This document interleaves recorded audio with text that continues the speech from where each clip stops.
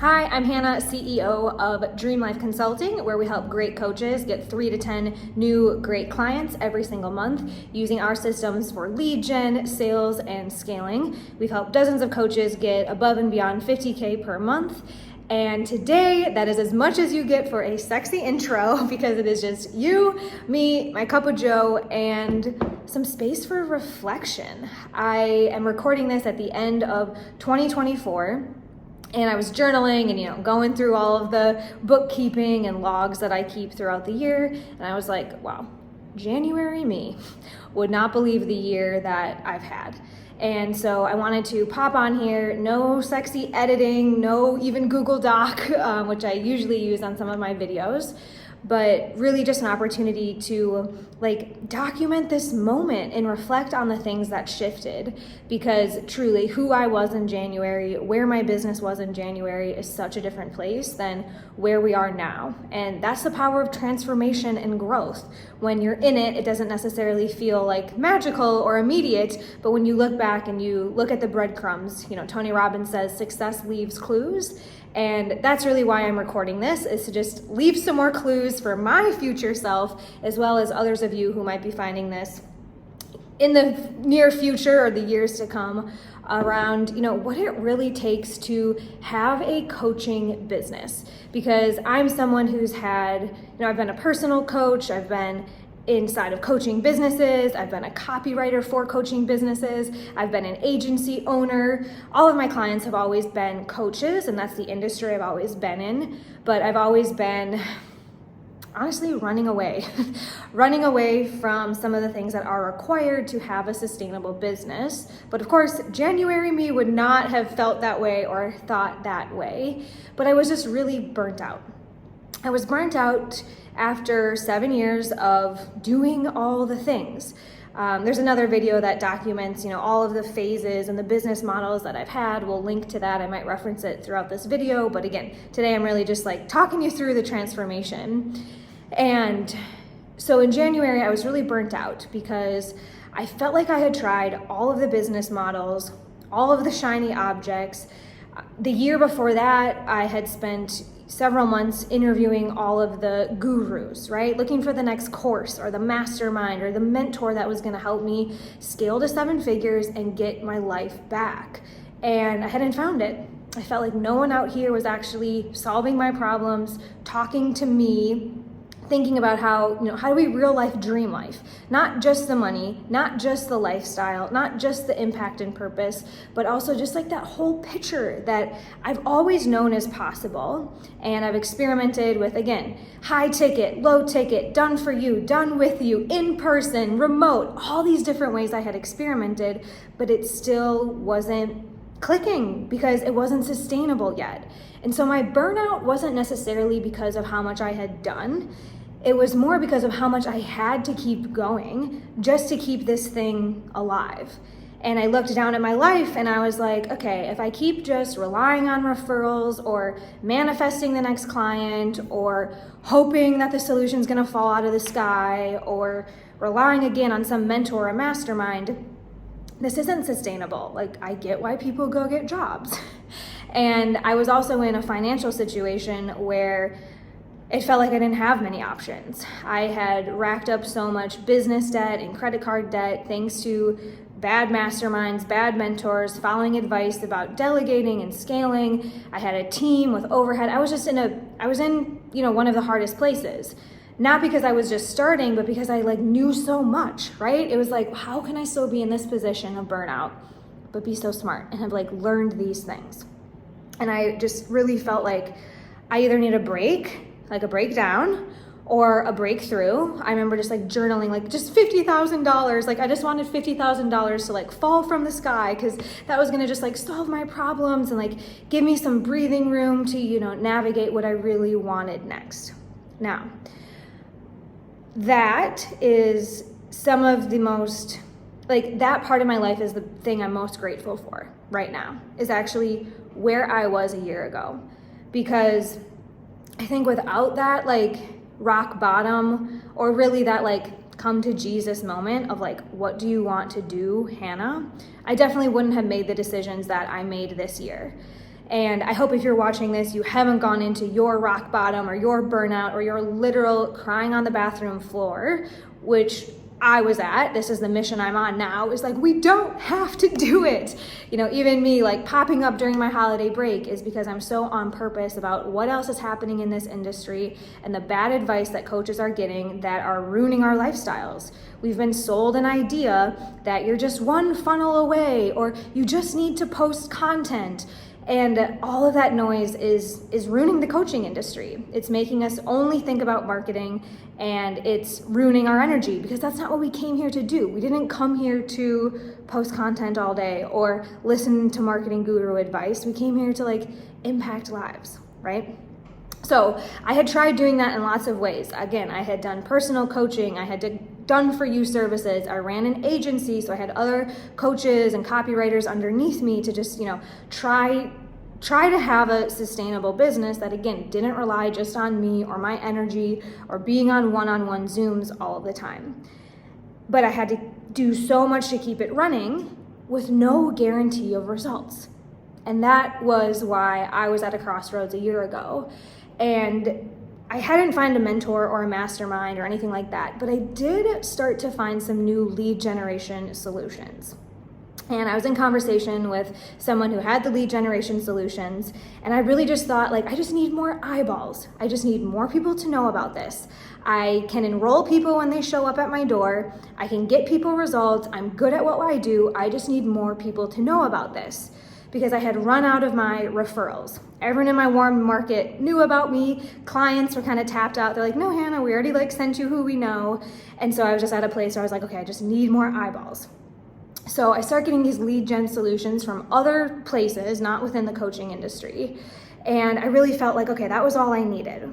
But I started getting into more conversations with my now business partner.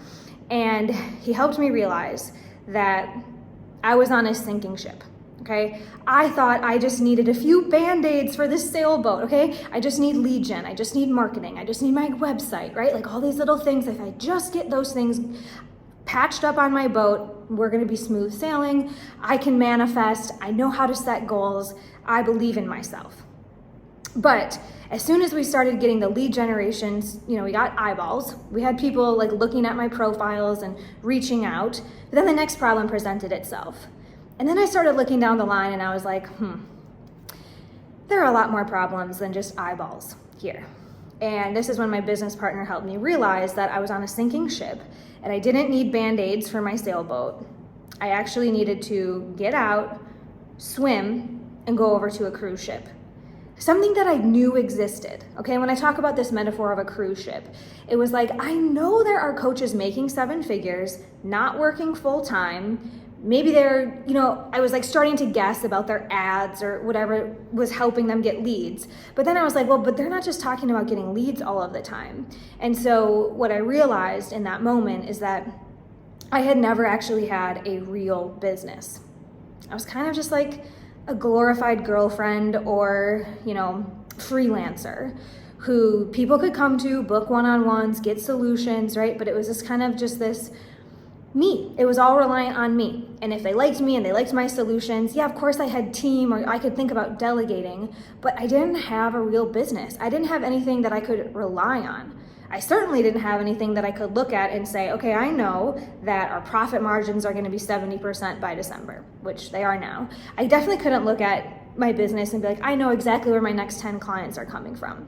I definitely couldn't look at my business and say, I know how I'm going to sell this one day, or pull money out of it, or set up financial ways to not only pay myself and save, but also, set up retirements for employees, all of these things that I just wasn't even thinking about, because all I could focus on was, where are the leads, where are the leads, where are the leads?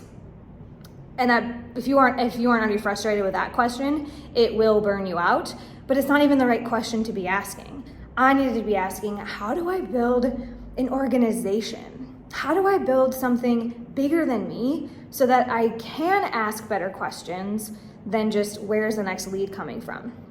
So my now business partner, Ore, sat me down in January last year and said, Hannah, do you want to do this? Oh yeah, of course I want to grow. Of course I want, $1 million, blah, blah, blah. And he was like, no. do you want to do the swim? Do you want to swim out to that cruise ship? Because it's not going to be easy, which I hated hearing, because I believe, the spiritual side of me believes that like everything does get to be easy and everything is always working out for me. But when it comes to building a business, there were new mindsets I had to take on. And he saw that for me. And so he said, Hannah, do you want to do this? And I took time. Of course, the immediate answer is like, yes, I want to grow. Come on, show me. Come on. But having built enough in the entrepreneurial world in the past, I knew that it wasn't going to just be, flip the switch and everything is fixed. I knew it was going to be more like flipping a stone or pulling the axe out of the stone, right? It was going to take some strategy and some effort. And he said, but if you do it once, if you do this, you will have freedom. And I know that was the driving force that did have me show up at the beginning of 2024 and say, yes to a real business. Not yes to a launch, not yes to a shiny object, like I'm gonna pitch 5 podcasts, not yes to all these things that keep us busy, which is, again, the thing that's ruining the coaching industry, is we think that it's easy or we think that it's one thing, and all of that is fleeting. And so I said yes, okay? I said yes. And I started thinking about the way things work. I started thinking about, okay, well, how does nature create new growth? Or how do machines actually work? And you guys, there is effort, and there are systems, and there's consistency, and there's something always kind of humming in the background. And I'm someone who does want everything to be easy. And I do want it to feel flowy and like it's all divine, and I just manifested this. But things that are sustainable don't just fall out of the sky, aren't just manifested on our yoga mats.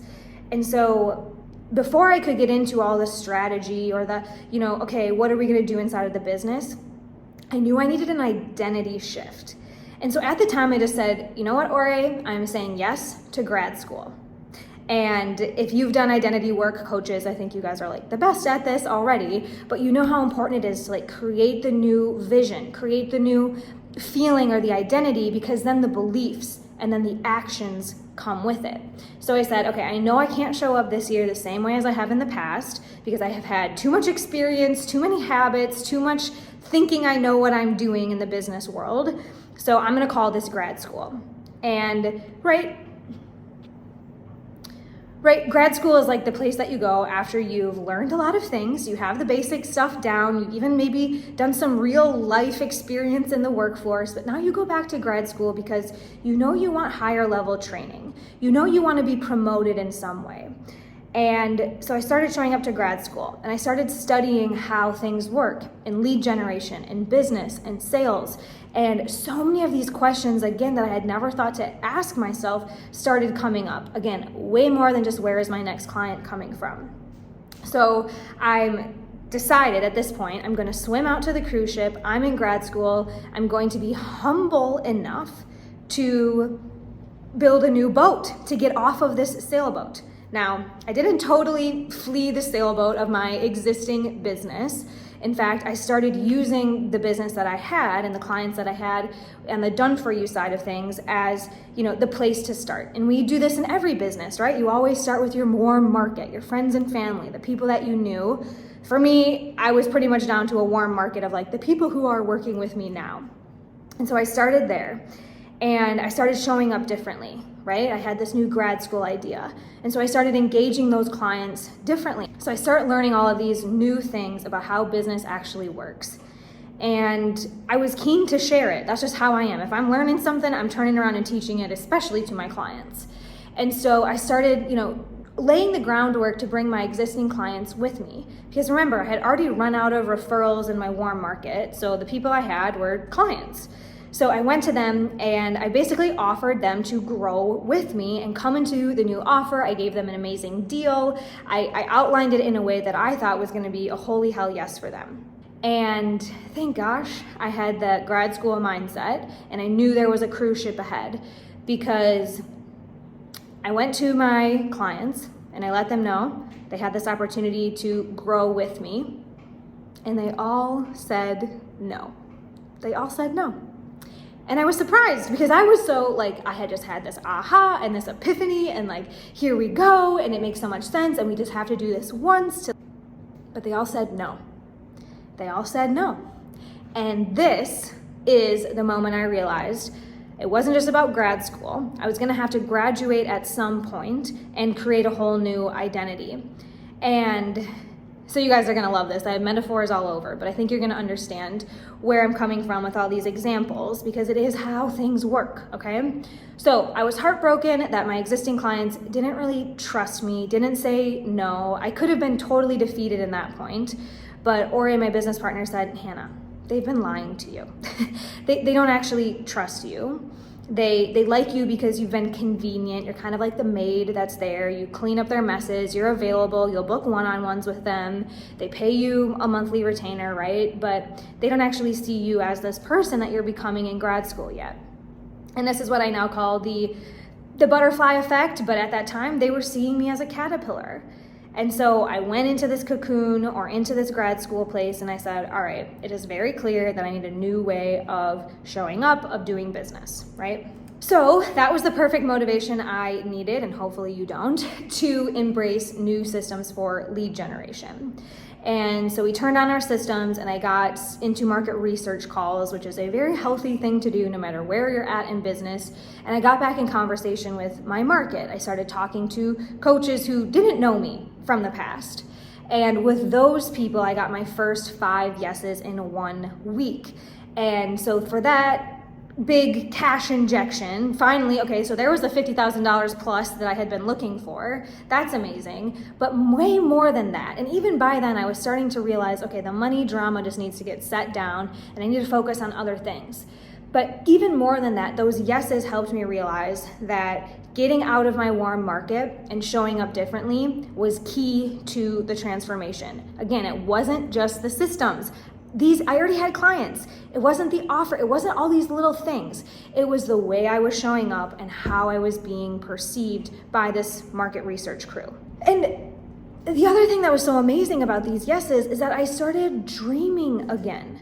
I found myself in the shower thinking about, what's it gonna be like when the team is visiting me in Mexico? And like, what's it gonna be like? I had these like dreams coming back again, which I had lost because I was so burnt out. Another friend of mine said it was like kind of like having like PTSD at some points in your business when you don't want to be setting new goals or dreaming because you've like tried that stuff, and it's disheartening to just constantly be like, and now this year will be my $1 million year, when you've had so many times of like being let down. But the dreams came back, the energy came back, that entrepreneurial spark.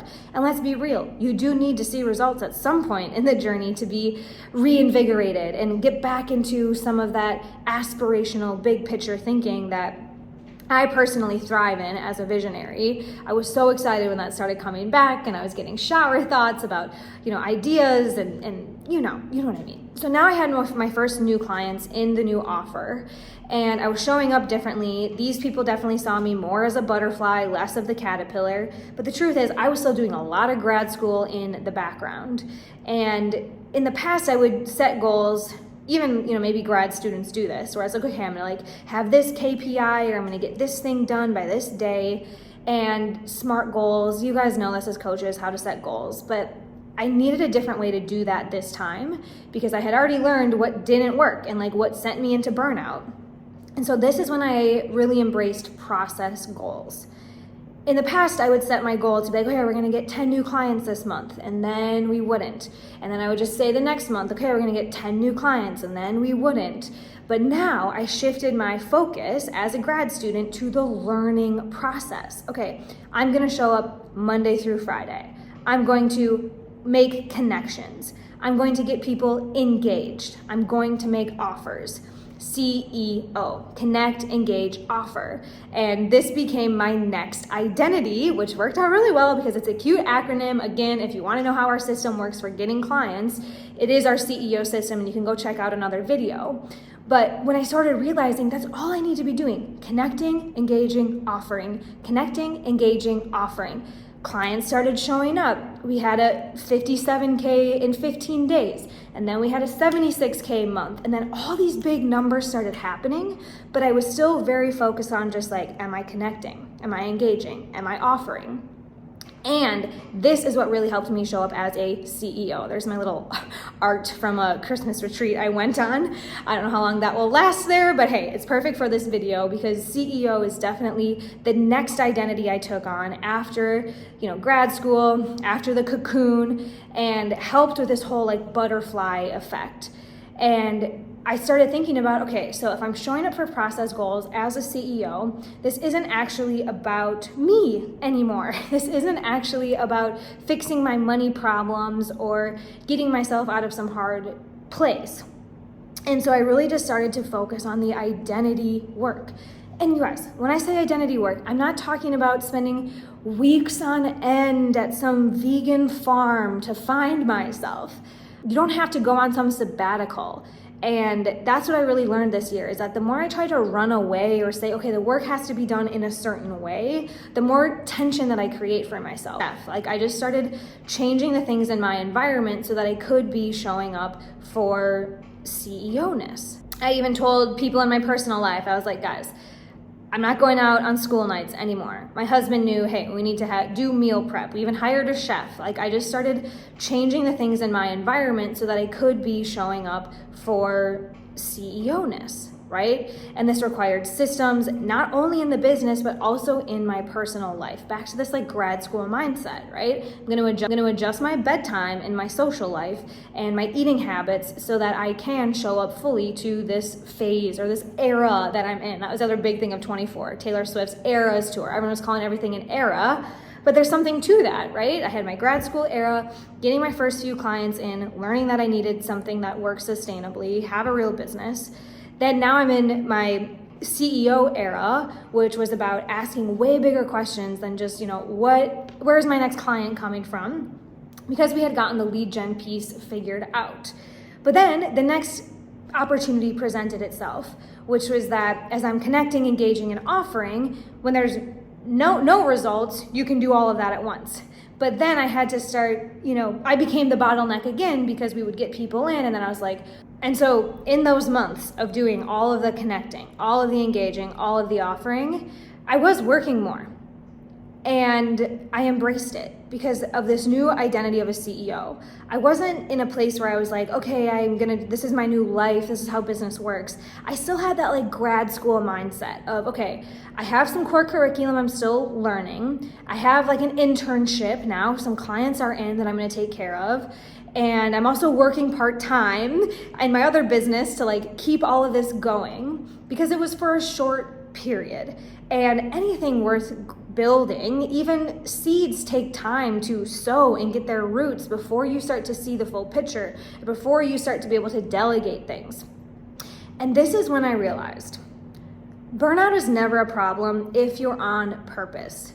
Because I was connecting, I was engaging, I was offering, I was, working out in the mornings and hanging out with my family in the evenings. Like it was a full work day, right? Like a typical 40-hour-a-week job at that point, which is different for me as someone who's always been more of the lifestylepreneur and working less than 40 hours a week. But it wasn't like burnout at all. And I was working a lot, but I was on purpose. And the thing about being on purpose is it's nice for coaches to say, sure, but it wasn't until I actually had like these lead generation systems bringing people in and being like, oh my gosh, all these people do have this problem that I can solve. They need me, they're here, they're saying yes, they're booking sales calls. So I pulled up some of my big girl skirt and I started getting on multiple sales calls a day while also doing my other client work and working with this new clientele and building a new program and doing some of the marketing stuff and shooting a manifesto video and just like so much stuff, but I didn't feel burnt out at all.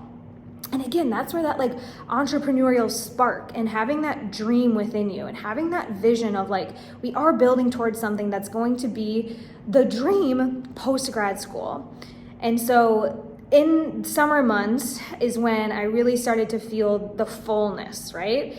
And we were also starting to travel with family, but this is when the results started popping.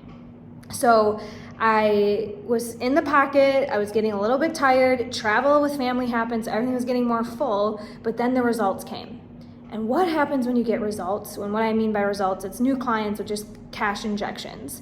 And for most great coaches, we have high ticket programs, which means people invest large. And so here came that cash flow. Here came those manifestations. And that's when I realized it was never about the money. It was about being on purpose. But all of those cliches are hard to hear when you're in a tough money spot. So we won't get too much into that today. But I realized like this process goal thing was exactly what I needed to be doing. Not focusing on where are the 10 clients this month, but focusing on, okay, how many messages do I need to send? How many calls do I need to take? How many follow-ups do I need to send? And it just became like play. And I have journals about this that I was just reviewing, that it's like, I don't burn out anymore. Yes, I'm gonna need rest, and I advocate for my monthly vacations, and I do lots of things to take care of myself. I'm not a bro. I'm not over here hustling all of the time. But I'm not afraid of burnout anymore because of purpose. And I was able to actually embrace that from like a grounded place when I had two things. Number one, a system for lead generation, and number two, money. And guess what? They go together. When you start to show up consistently and generate leads in a sustainable way, you get peace. Because you're not, for me, I would just, sit by the beach and write, okay, pray that these clients are gonna come. Well, now I just pop into LinkedIn and I see them. I know that they're coming. I can track them. And that is so much peace, and that is a real business. So I was just asking more questions of like, okay, how many follow-ups do we need to send instead of where's my money, universe? And I stopped checking money. I just got into the flow of work.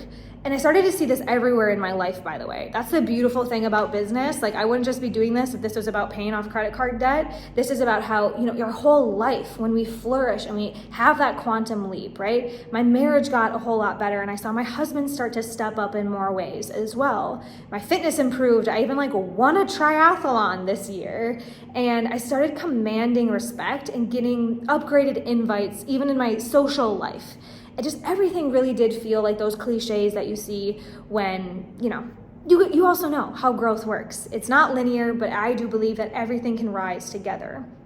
My money issues dissolved, debt-free, all those things went away. Again, not because I chased some shiny object or waited until someday to figure it all out, but because I committed to grad school, and then I committed to CEO. This wasn't about aligning to my design or, following my intuition. There are places for that, but that's actually what drove me into so much credit card debt, was just doing the things that felt easy or that felt right when the whole time I was missing a real business. And so it wasn't about learning more manifesting skills or becoming a better human. It was really just about showing up differently. And I didn't need to wait for the perfect mentor. I didn't need to find some other business model. I really just needed to do what works and find the joy and consistency and systems and rinse and repeat. And that's what a real business does. But I didn't have a real business before. I was just living on hopium, spinning my wheels, praying, drying out my referrals. Yeah, it's a wild difference now. And so now I'm showing up, not doing those things, but I'm more showing up of just this is what I do. I love leading a team. I love connecting, engaging, and offering. I love delegating from a place now of true abundance, not just hey, can you get this off my plate? But we're building a client success department, and not just, hey, I don't feel like doing sales calls, but hey, I need to get so good at sales so that I can teach someone else to do it for me. Because guess what? I do want to have sales calls. I don't want this to all be automated. I do want to be in human relationship with people. So I just need to stand tall and be the CEO who shows up Monday through Friday, most Fridays, learns the things, is willing to go to grad school, and gets over all of those little selfish money goals and focus more on building something that's bigger than me. And a year ago, and I can say it was selfish again because this video is literally on my journal right now, and I'm literally looking at my notes from the year, and I can say that I did this transformation, but this isn't about, okay, now she has it all figured out. I am still in my process goals. Now, instead of showing up to sales calls, I show up to 2 sales team meetings a week, and I lead those people Monday through Friday. And so it's less about like this, and this is something that like people in my real life have mentored me on. I had this like hurry up and chill energy where it's like, okay, let's just hurry up and get it done so then we can be on vacation or then we can enjoy. But what I learned this year is that it's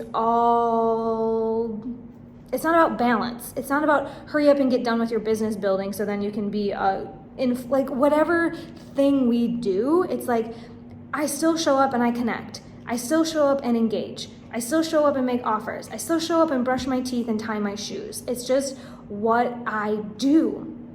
And then the results pop, right? We've had 57K in 15 days and 76K months and 24K weeks on repeat consistently. And I wish someone would have told me there is no finish line. This hurry up and chill, or just figure out this one next thing, or patch this eyeball onto your sailboat so then people will see your offer. It's just like, I'm so grateful that I was humble enough to say yes to Ori's question of like, do you want to do this? And I swam the laps, but it was not as hard as being in debt. It was not as hard as going to bed every night wondering, why is this not clicking for me? It was not as hard as sitting on my gifts. Literally, I used to go to client sessions and be like, there's so much more I can give them, but because I'm just their agency copywriter person, it was so much harder to play small than it was to play big. And this year really showed me that it isn't about waiting to play big or finding the perfect solution. It's actually about just showing up big now. And this identity around being a CEO has absolutely been the biggest needle driver or piece of transformation. And that's why I want to do this. And this is why my art and my Christmas lights are in my, in this video today. It's not to say like, these are the 5 steps. It's just more to share that it's, and the bros will say like, choose your hard. But the truth is, growing is uncomfortable. Like when you had growth spurts as a kid, everyone says, yes, I want to grow. Yes, yes, yes. Tell me how to make 50K a month. We get all excited. And then you realize that you have to get longer legs and buy new jeans and fit in bigger shoes and like all these things that like do come with growth. But when you're supported by amazing people and you do have that excitement and that vision and a little bit of that delusion, cognitive dissonance that says, I am stretching myself, and you commit to a real business, all those like little playing small insecurities, fears. I mean, I can literally look back in my notebook and be like, wow, at the beginning of the year, all I was worried about was credit card debt. And at the end of the year, I'm thinking about how much I love leading a team and how excited I am for this to scale to 100 clients a month, because I know that's what the world needs, not because it's gonna help my selfish goals, right?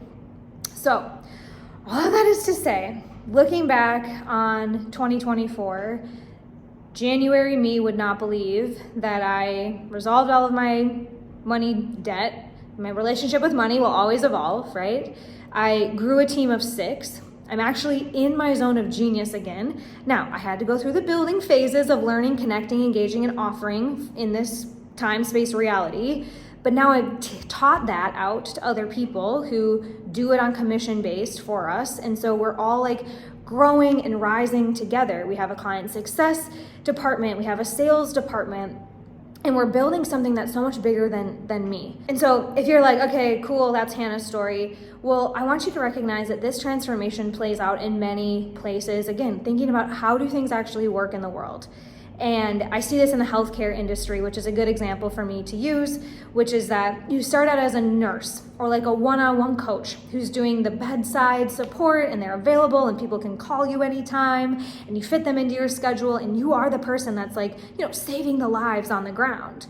But as a nurse or as a coach, it isn't exactly sustainable to only be working with one-on-ones, to be the every person to everyone, to be the jack of all trades, bending over backwards for everyone. And so when you shift from a nurse to a specialty doctor to someone who only does foot surgery, and you come in and you pay them a high ticket, and they have boundaries and they have a team, and they come in and they do their thing and they save your foot.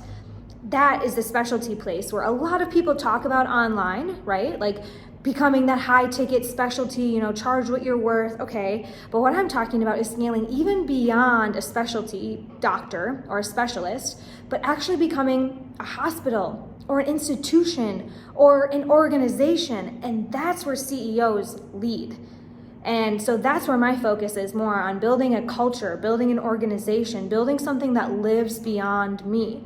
And nurses and coaches can't say that. Specialty doctors and high ticket coaches can't say that. But people who build real businesses can say that. And CEOs have, it's chief executive officer in the corporate world. So it's actually about managing executives.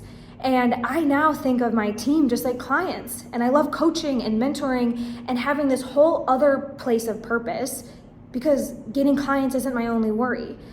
Yes, we have a program and I show up to clients every single day, Monday through Friday. I still take one-on-ones. I still lead group calls. I'm still on Slack Monday through Friday. But I'm focused, right? The process goals, the way I show up as a CEO for an organization has been the game changer. And the results have shown up not because I forced them or chased them, but because I decided to show up differently. And so I don't have any big, my 2025 thing or all these things I'm gonna do in 2025 is keep showing up. Yes, thank you, more, please. This is what I do. Dream life is real life. I'm a solution seeker or a problem solver. I show up, I shine, I receive, I'm in my zone of genius. Those are the mantras that I have been repeating in this journal for months, right? To bring myself into the being. I had to do the identity work. I had to build the new beliefs. I now say them regularly, and they are just who I am and what I do. So if you are a coach who is like, where do I go in 2025? My biggest recommendation is identity work about being a CEO. Now, this is not for everyone. If you made it this far in the video, I think it is for you, because there's plenty of coaches who will just say, I just want to be a spiritual, I just want to bring my spirituality into my business, and whatever comes, and trust the divine timing and just manifest what's right for me. That is beautiful. I had that season myself. I have just come to realize that it's so much easier for me to build something real, to build something bigger than me. And if that is you, take on the identity work, adopt my butterfly or my CEO or my grad school mindsets to help you win even in building seasons, because it's going to be worth it, right? Like Ori said, do you want this? Now I'm going to ask you, do you want this? Go to your journal, your sacred space, decide if you want to jump off of the leaking sailboat that I was on too and do the swim, and go to your own cruise ship, because now being on the ladder of my cruise ship waving over there, I can tell you, you're gonna love it, kid. You're gonna love it. Keep going. Just keep swimming. Just keep swimming. With strategy, with process goals, with an elevated mindset, to not be thinking about just where is my next client coming from, but how do I build a real business as a CEO? That's what's worked for me. Cheers to growth.